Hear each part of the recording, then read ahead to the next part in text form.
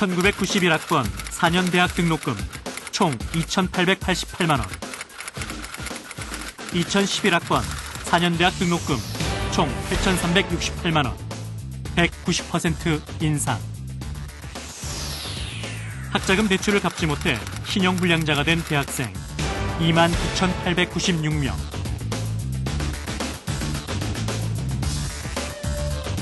통계청 발표 2011년 11월 현재 비정규직 노동자 599만 5천 명. 비정규직 600만 명 시대. 노동계 추산 비정규직 830만 명 추산.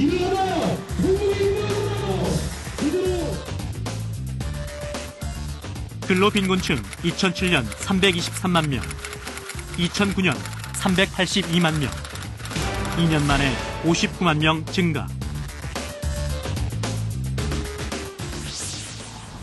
안녕하십니까. 한국사회문제 진행을 맡은 한국방송통신대학교 문화경영학과 교수 백연경입니다. 요즘 청년 실업의 심각성이라든가 비정규직의 증가 같은 뉴스가 연일 보도되고 있습니다. 이러한 뉴스를 접하면서 남의 일로만 생각할 수 있는 사람은 우리 사회에서 극소수이겠죠.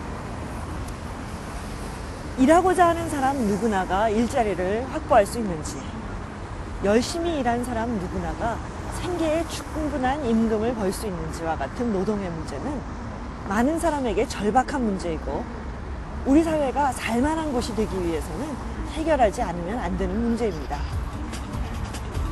그래서 오늘은 여러분과 함께 한국의 노동 문제에 대해서 살펴보려고 합니다.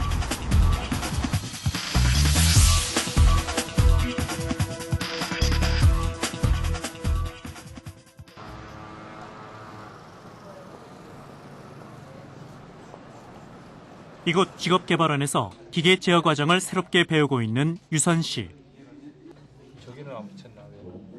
33이라는 적지 않은 나이에 이곳을 찾은 이유는 더 나은 직장을 얻기 위해서입니다. 거기에 대한 내용이 있을 거 아니야. 여기다가 달아놨어.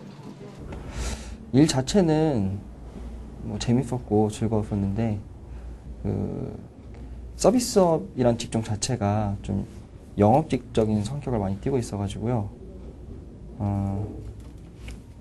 처음에 신입사원이 입사하더라도 차량이나 차량 유지비 그리고 통신비 그런 거를 다 개인이 부담을 해야 되니까는, 지금은 주 5일제인데 그때는 주 6일제였어요.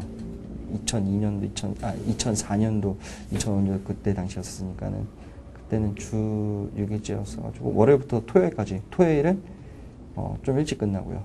그런 식의 근무였었죠.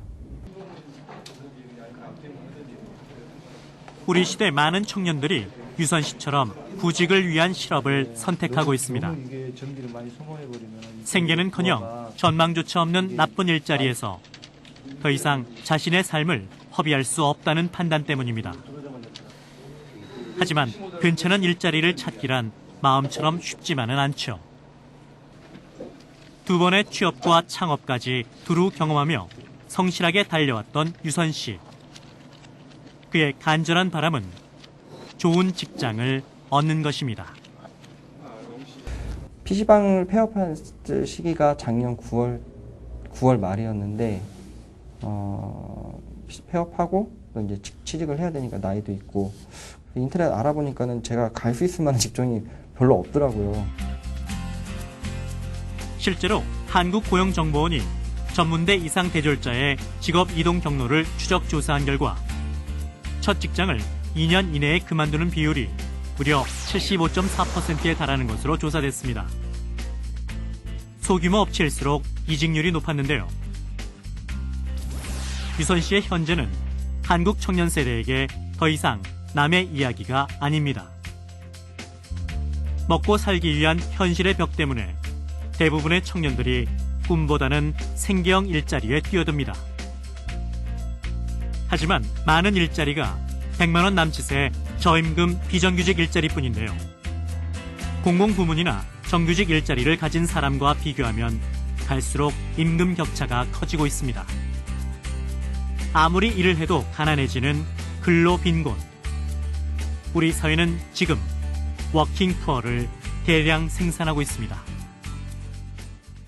예전의 빈곤은 일을 하지 못해서 생기는 빈곤이에요. 내가 일을 하고 싶지만 장애가 있거나 노령이거나 이럴 때는 빈곤하게 되죠. 최근의 빈곤은 뭐냐면 내가 일을 해도 생기는 것이 빈곤이죠. 한 번 저임금이거나 한 번 비정규직이면 계속 평생을 비정규직인 경우는 일을 해도 빈곤해요. 그 비율이 이미 10%가 넘었습니다. 그래서 이것을 신빈곤이라고 얘기를 하고 과거의 사회부장으로는 좀 해결하기가 어렵죠. 유선 씨는 조금만 더 노력하면 좋은 일자리를 얻어 미뤘던 결혼도 할 수 있을 것이라 희망하고 있습니다. 어쨌든 고생할 거는 각오를 하는데 고생한 만큼 어느 정도 이렇게 결과가 보이는 그런 직종에서 일을 했었으면 좋겠어요. 좀 아직 제가 이렇게 내세울 만한 직장이나 뭐 이런 게 없으니까는 결혼에 대해서는 아직 조금 망설여지게 되는데 나중에 직장을 잡게 된다면은 그때는 또 이제 생각을 해봐야죠. 그리고 제가 바기도 하고요, 결혼 생활은. 학력이나 나이 이런 걸 많이 상관하지 말고 그 사람들의 성실성이나 또 능력, 열정 이런 걸 봐주셔가지고 좀 사람을 채용해가지고 좀 서주셨으면 합니다. 예.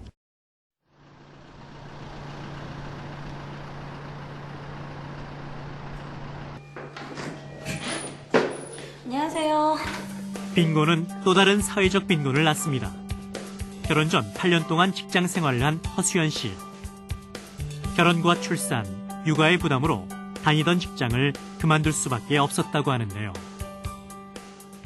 결혼하고 나서 이제 아이 가지려고 병원을 다니다 보니까 이제 회사에서 이제 오래 다녔으니까 이런저런 편의도 많이 봐주고 하셨는데 이제 아무래도 일에 조금씩 차질이 생기고 계속 이제 그게 장시간으로 되다 보니까 아무래도 좋을 수 없으니까 그래서 이제 그만두게 된 거죠.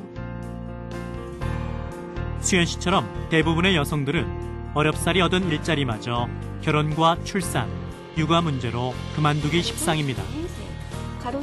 그만큼 교육비와 노후 걱정에 외벌이 남편들의 어깨가 더욱 무거워지는데요. 많은 주부들이 재취업을 원하고 있지만 그녀들을 원하는 일자리는 한정돼 있습니다. 외벌이 가정의 경우 만약 남편이 일자리라도 잃게 되면 전체 가구의 반수 이상이 빈곤층으로 떨어지게 되고 다시 헤어나기도 어렵습니다. 노후는 둘째치고 아이까지 근로빈곤층을 만들 수 없기에 현실적 해결책을 찾는다는 것이 결국 결혼과 출산의 기피로 이어지게 되는 것이죠. 지금 보시는 것처럼 결국 돈 문제였습니다. 물론 시집장가를 안 가는 게 개인의 선택이지만 사회적으로는 그렇지 않아도 바닥을 기는 출산율을 더 떨어뜨리는 원인이 되고 있습니다. 이른바 3포 세대. 출산은 물론 연애와 결혼까지 포기하는 세대라는 신조어까지 등장할 정도입니다. 8년간의 경력 단절을 극복하기 위해 수연 씨는 지난해부터 스펙을 쌓기로 결심했습니다. 대학 진학을 통해 좋은 일자리를 얻겠다는 것인데요. 애도 어리고 애한테 들어가는 그런 경제적인 부담도 굉장히 컸고요. 그래서 이제 고민을 많이 했었는데 아줌마들이 이제 보통 취업하려고 하면은 나중에 이제 나중에 나이 먹고서는 보통 그 마트에서 이렇게 캐셔를 한다거나 아니면 물건 진열한다거나 이렇게 되게 한정돼 있잖아요. 그래서 좀 전문적으로 다시 배워서 일을 해보려고 이제 학교를 갔다가 이제 들어가게 된 거죠. 또래의 엄마들과 이런저런 얘기를 하다 보면 주부들의 재취업이 얼마나 어렵고 힘든 일인지 뼈저리게 느낀다는 수연 씨. 하지만 그녀 역시 희망의 끈을 놓고 싶지 않습니다. 지금 생각으로는 제가 워낙에 요리하는 것도 좋아하고 이제 그쪽으로도 이제 꾸준히 공부를 해왔어요. 한식도 따고 양식도 공부하고 그리고 제과제빵도 따고 그랬거든요. 그래서 그쪽으로 이제 계속 하려고 영양사를 지금 생각을 하고 있어요. 열심히 해가지고 이제 나중에 그걸 따면은 일단 전 취직을 하고 싶은데 취직이 될지 안 될지는 모르지만 일단은 지금은 하고 있는 거죠. 하다 보면은 뭔가 길이 열리겠지라고 생각을 하고 있어요. 여기는 전태일 다리라 불리워지는 청계천 평화시장 앞 버들다리입니다. 여러분과 저는 다양한 신빈곤층을 양산하는 사회에 살고 있습니다. 집이 있지만 집 살려고 얻은 빚 때문에 가난하게 사는 하우스푸어. 열심히 일해도 저임금으로 가난을 면치 못하는 워킹푸어. 그리고 퇴직 이후 긴 노후에 대한 대책이 없는 리타이어 푸어 등 우리 사회에서 새로운 빈곤층을 지칭하는 용어는 참 다양하기도 합니다. 그 중에서 삶의 의지마저 포기하게 만드는 워킹푸어, 이른바 근로 빈곤의 현실을 만나봅니다.